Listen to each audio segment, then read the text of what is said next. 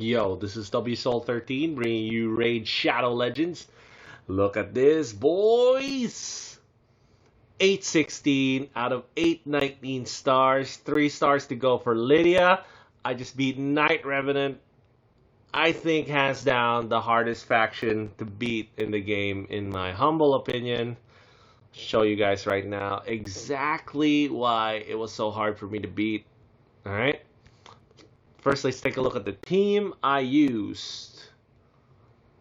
Oh yeah. So Sinesha, Skull Crown, AoE A1 stun set combo for both of them. Miscreated Monster, AoE stuns. But really, it's about Faceless and Rector Drath. In fact, Rector Drath had such a big impact on the team, even at level 50, that I think I tried to beat it with Faceless maybe like 5 or 10 times, and I couldn't do it because Faceless ended up dying during the boss fight. But with Rector Drath, it took me 2 times, and I finally beat the boss. So, really quick, why is Knight Revenant Stage 21 so freaking hard to beat without some very specific champs like Faceless and Rector Drath and things that can get through the Valk waves, basically, right? So you get the Martyr Valk waves, right, which are extremely hard to beat. Everybody already knows that. But once you do get to the boss hits like a truck.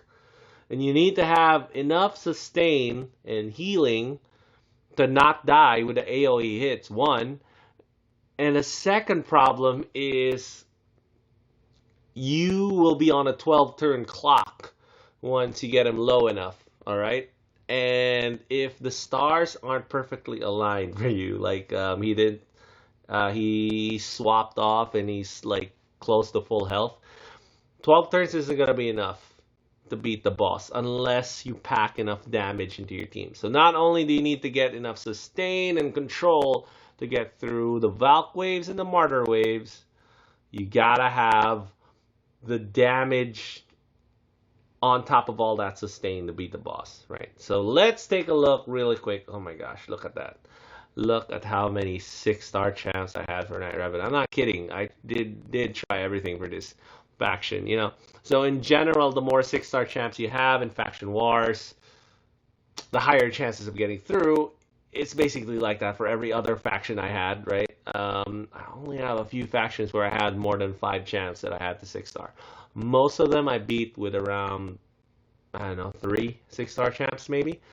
Yeah, some of them as low as 2 or 1, Did I ever have a 1? No, I think 2 was my lowest. Here, check this out though. Let's see who didn't make the cut. First, Burgoth. Burgoth can finish Faction Wars 21, alright? The reason why he didn't make the cut is because I had Sinesha Skull Crown and then I pulled Faceless. So he basically got replaced with Faceless. I booked him out actually, so I put 10 books in him. The reason why you have him is, and the only reason I booked him out was because this cooldown here came in the 10th book. Yes, it was pretty bad. But, check this out. Provoke AoE, and a little bit of healing, right? So every time he takes damage, he heals everybody else. I was going to 6-star him next if I did pull Faceless, okay? So, who else didn't make the cut? Coffin Smasher is more for my F2P low spender content, right? So he's one of the champs I put up as a way to beat Fire Knight, like the earlier stages to get some progression in Fire Knight. And also he ended up being on my all rare teams, like my no legendary Doom Tower teams, So Coffin Smasher is really more for my personal content, right? Not really like a progression type champ for me personally. If you don't have a decreased attack champ, he is absolutely amazing as a decreased attack champ. So he gives you decreased attack and HP burn. Plus, a little bit of damage mitigation, 5% decrease on AoE. That's really good. So let's take a look at who didn't make the cut. Two was Sepulchre Sentinel, right? So Sepulchre Sentinel should be a shoe-in because, AoE Fear on the boss fight, right? You can put the block debuffs up in between the buff debuff exchange move, right? So another thing why the boss is so strong is because he'll exchange all his buffs, debuffs for your buffs, right? Making him a lot stronger, making your team a lot weaker. Sepulchre Sentinel, the block debuffs, right? Is good because his A1 does a AoE fear. So you get the fears out of the way, you keep hitting him, you deal more damage. And Sepulchre Sentinel actually hits pretty hard. So my Sepulchre Sentinel is booked out because I use her in Clan Boss. She is amazing. She is on my Clan Boss Nightmare team. And then another lady that didn't quite make the cut was Doom Priest. So she was replaced with Rector Drath, right? So my team had Doom Priest, Sinesha, Skullcrown, Miscreated Monster, and then Burgoth. Burgoth got replaced with Faceless, and then Doom Priest got replaced with Rector Draft. So what Doom Priest does is takes the debuffs away. Great. So when the boss will do the debuff and buff swap. So if you get like, I don't know, decreased attack on the boss and you get decreased attack on your team, takes it out, plus gives your entire team increased attack. So you deal more damage. So all great. The problem was she didn't have revive.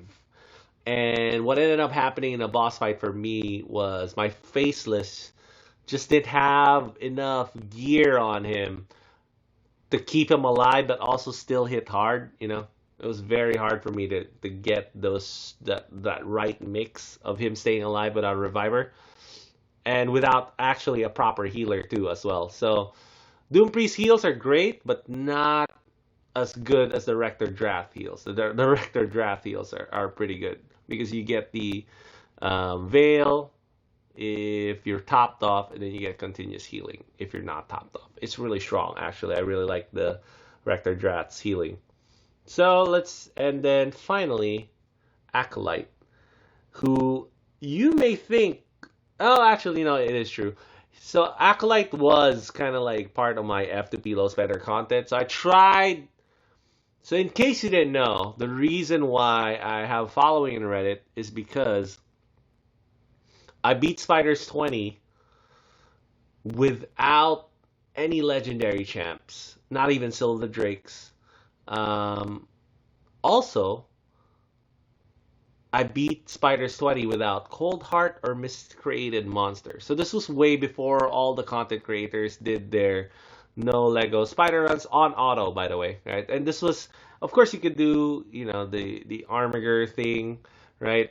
Like just packing on a lot of Armigers, but I think I may have been one of the first few people to beat Spiders 20 without Miscreated Monster, Cold Heart, stuff like that, And Acolyte, I envisioned to be part of the mix, like especially coming up to the stages in between 13 and 20. So I was stuck in 13 for a long time, and I needed that cleanse that he brought and this move right here, which is the decreased turn meter move, but it's just so unreliable. 75% chance, it's not good enough. And then the other problem is that it's only 50% turn meter down, right?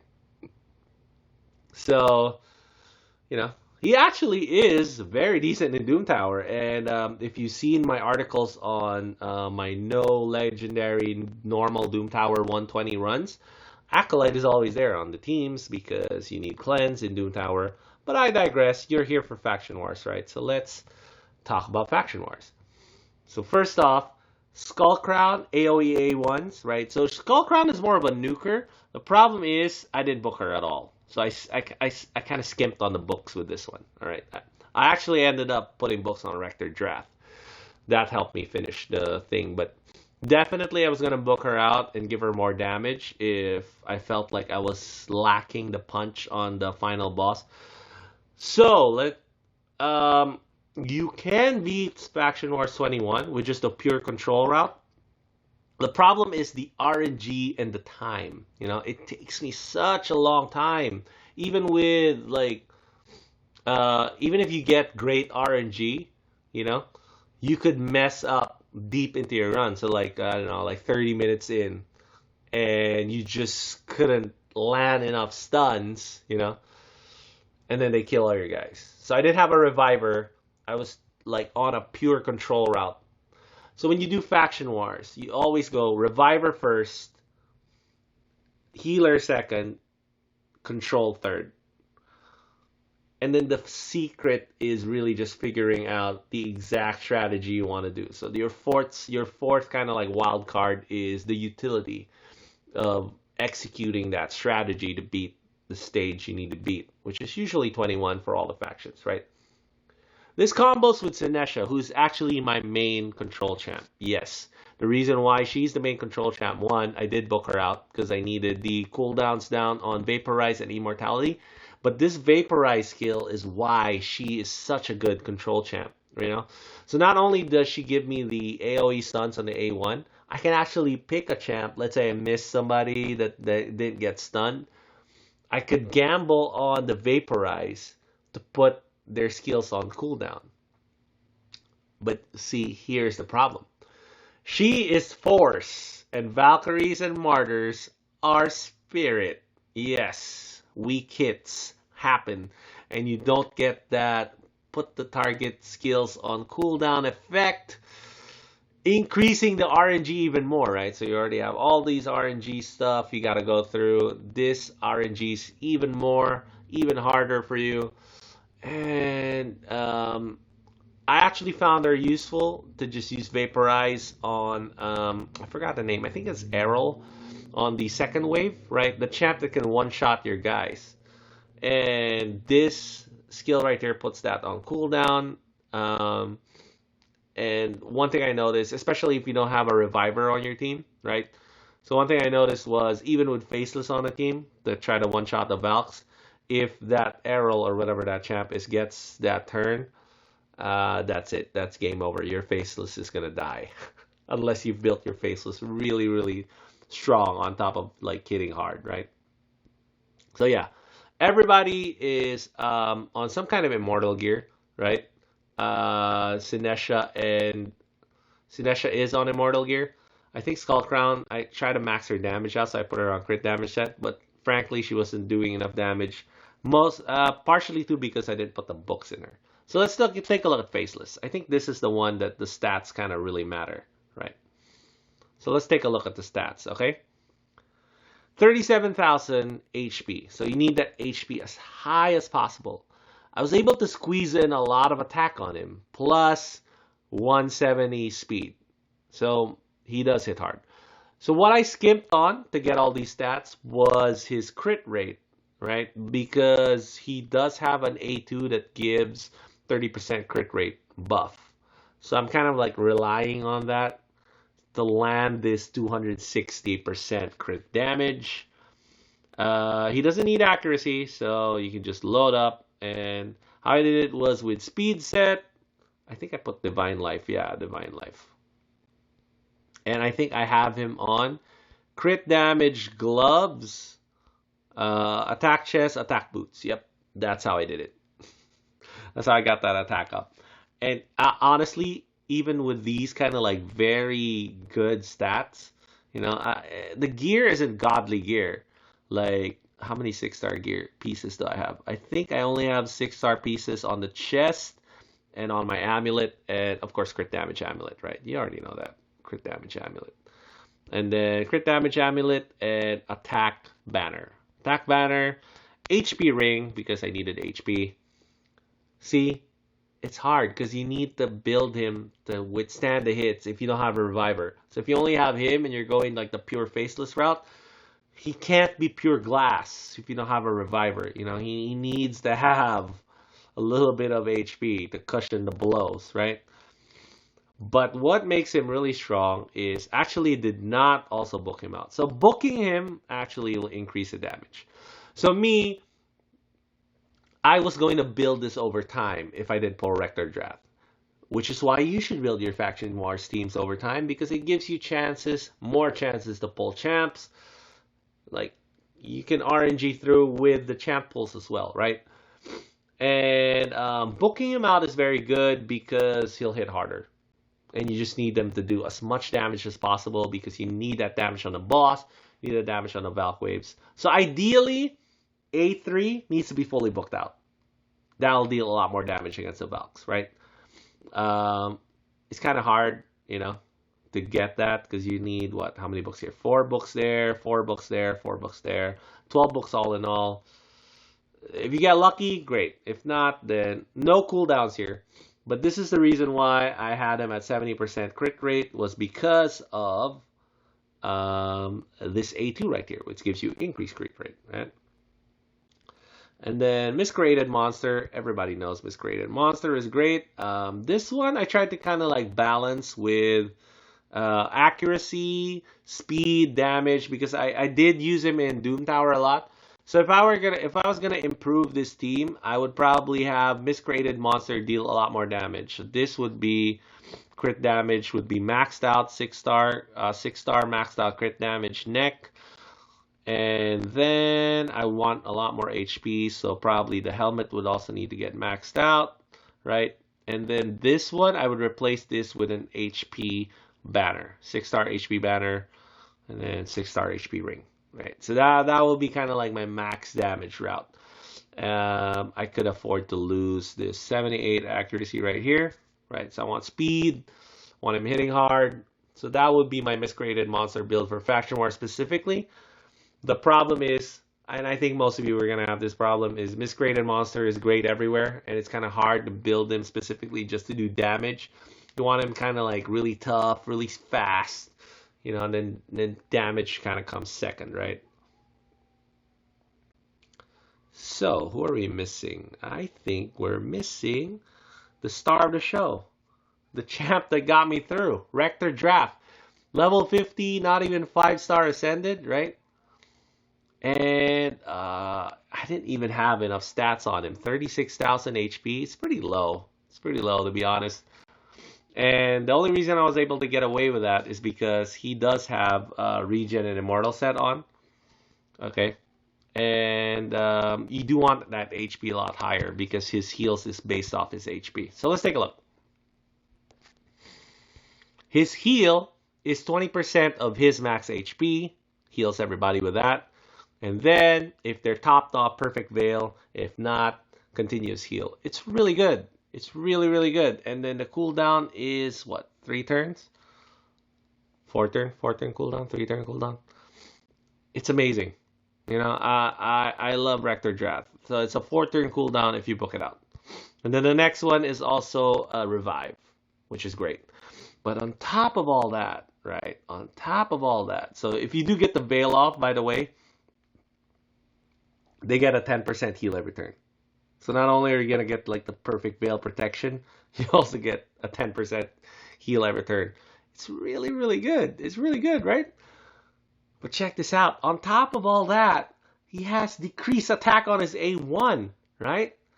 My God, this champ is such sauce against the boss. It's not even funny how good he is for Faction Wars.